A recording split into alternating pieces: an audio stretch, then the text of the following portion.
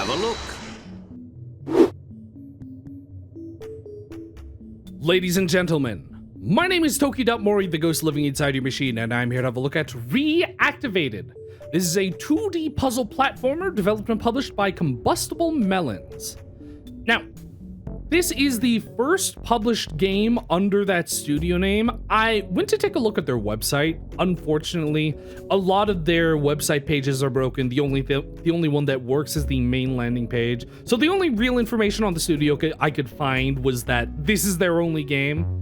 I did, however, find out that one of their developers, presumably the main dev behind this game, also has an itch.io page, and they have several smaller projects on that.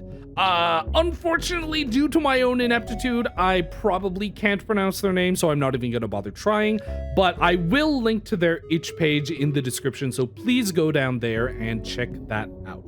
This game was released in January of this year, and it is the full version slash sequel slash remake of a Ludum Dare project that they made called Activated, and it was extremely small in scope. It was really tiny. It only has 2 levels, so it's basically a tech demo showing off the art style of this game and a vague idea of what it would be about, but this is presumably the full version of that. Now, let's jump into the options menu. I wanted to start in a level because the levels have music, and unfortunately, the main menu doesn't. I feel like they could have just reused level music for this, but we are going to start by jumping into the options menu as per usual. Now, in terms of graphics, this is a 2D pixel art game, so they're not going to require much. I would, however, prefer it if, in addition to full screen on and off and pixel perfect scaling on or off, I would prefer it if they had specific window size or resolution options. I have this complaint a lot. I know you can drag the window to resize, but I think it is just generally easier to also have window resolution options. It just makes things a little bit less annoying. And we have VSync on or off, and because this is a 2-tone pixel art game, there are only 2 colors. There's the background color and then there's the art color. So it's a 2-tone game. We have several different color palettes. They're actually, a lot of these are quite pleasing. Some of them are a little hard on the eyes, but a lot of these are really well chosen. It actually kind of reminds me of another puzzle game that I played somewhat recently called Elekhead by Nama Takahashi. That kind of had a very similar 2-tone art style and was also a pixel art robot-based platforming puzzle game. But yeah, we have a lot of very nice color palette options. I'm going to leave it on the default for now. We have 3 volume sliders, very nice, and we have 4 different language options. Now, there's analytics collection in this game. Personally, I'm not completely sure what analytics they're looking for or what they'd want for a game like this. For a tiny little puzzle platformer indie game like this, I don't know what they're looking for. But when you open the game, it does tell you that they are collecting analytics and that you can turn it off in the menu. So if they are doing that, it's nice that you have the option to just straight up turn it off. Now, let's jump into the first level of this game. This game, I have quite a few good things to say about it, but I also have one specific extremely large criticism. Overall, I adore the art style of this game. You know me, I love pixel art in games. I think pixel art is a very good art style slash medium. I love pixel art. I love complex, detailed pixel art, and I love the style of this game, where it's very basic. You only need some specific shapes to let you see the details. There are some lovely animations in the background. The animations of the actual characters are very nice, very smooth.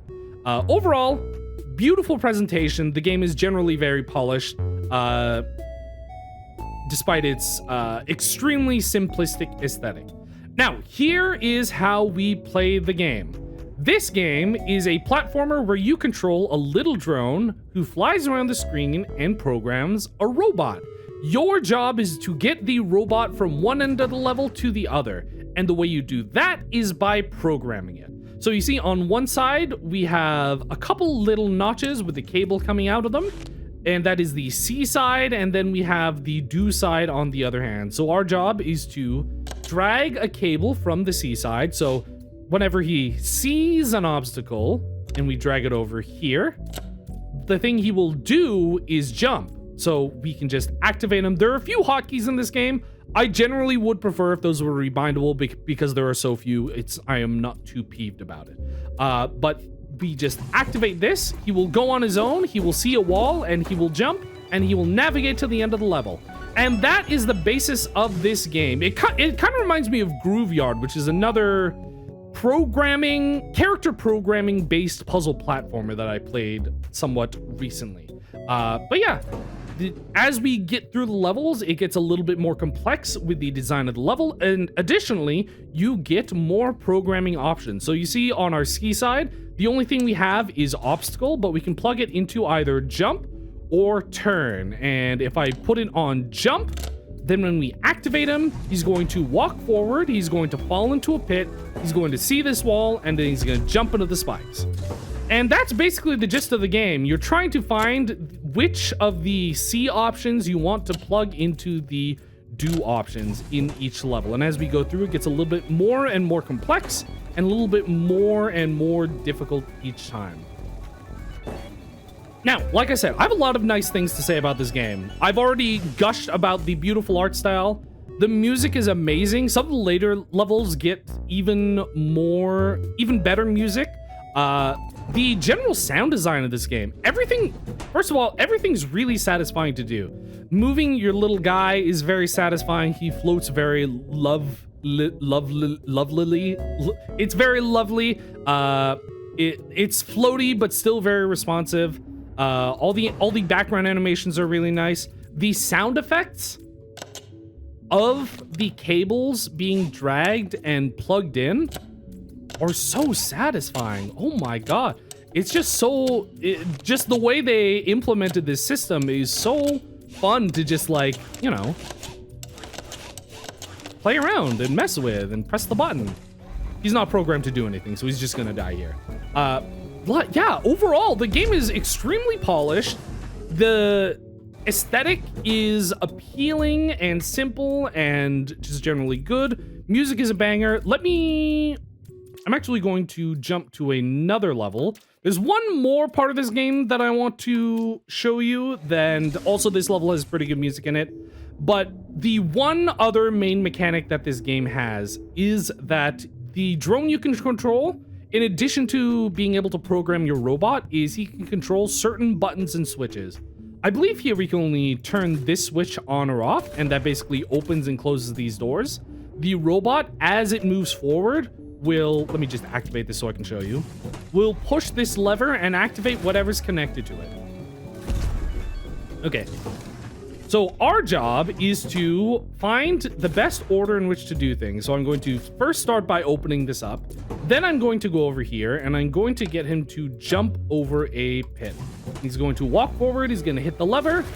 That's going to go. He's going to jump over that. I want to block him because if I don't, then he's going to get crushed by the next wall. And then I'm going to unblock him and let him through to complete the level. That's basically the only other important mechanic I want to show off, because I think that in terms of the way these levels are designed... Also, here's the amazing song I want you to hear.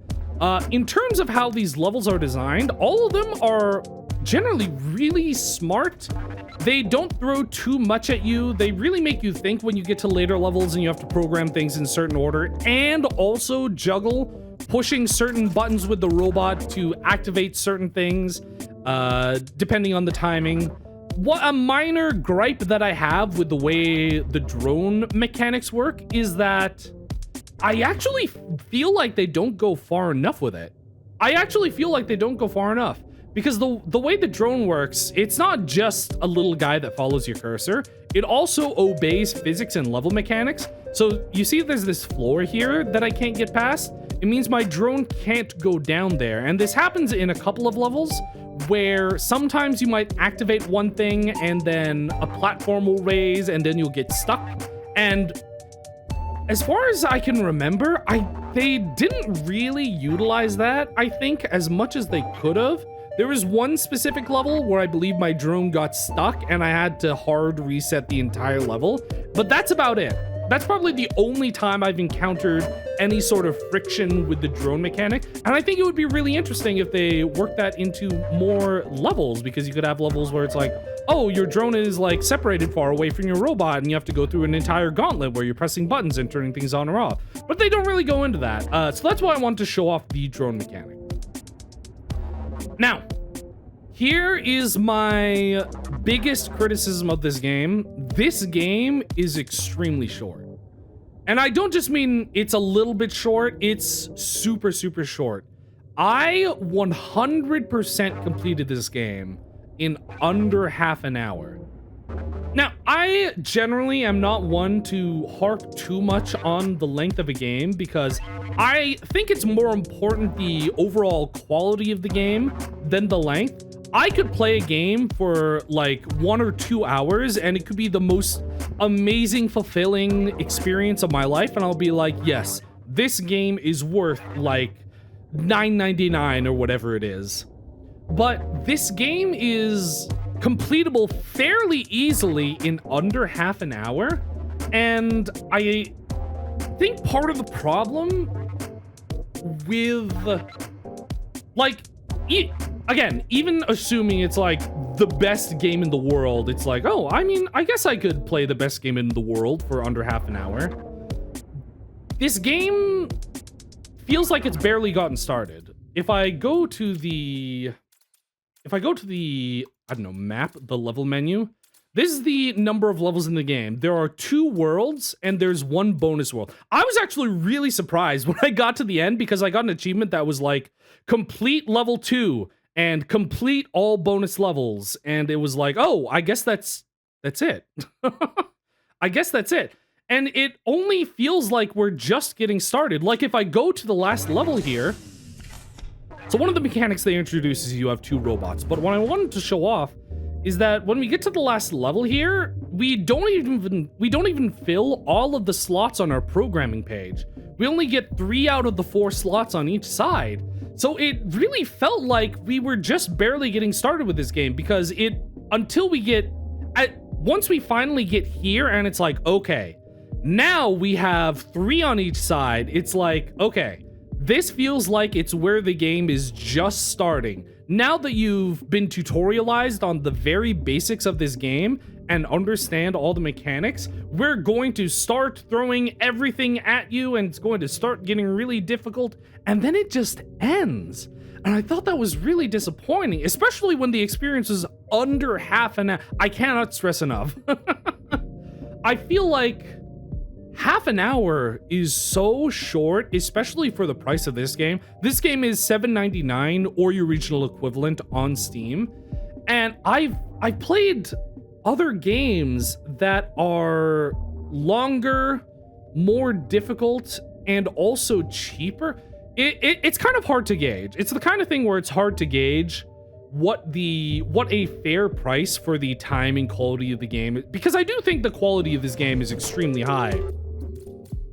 But like 30 minutes feels like nothing. And for it to be $8, even though I can afford to spend that much, I know that a lot of people are like, okay, if it's over $5, 5 to 10, the price on a small short indie game can get really iffy. So I know that a lot of people generally tend to stick to $5-ish, and then maybe $10 on the more expensive end. Then it's like $20 is like, oh my god, I'm buying 50-hour Hollow Knight for $20.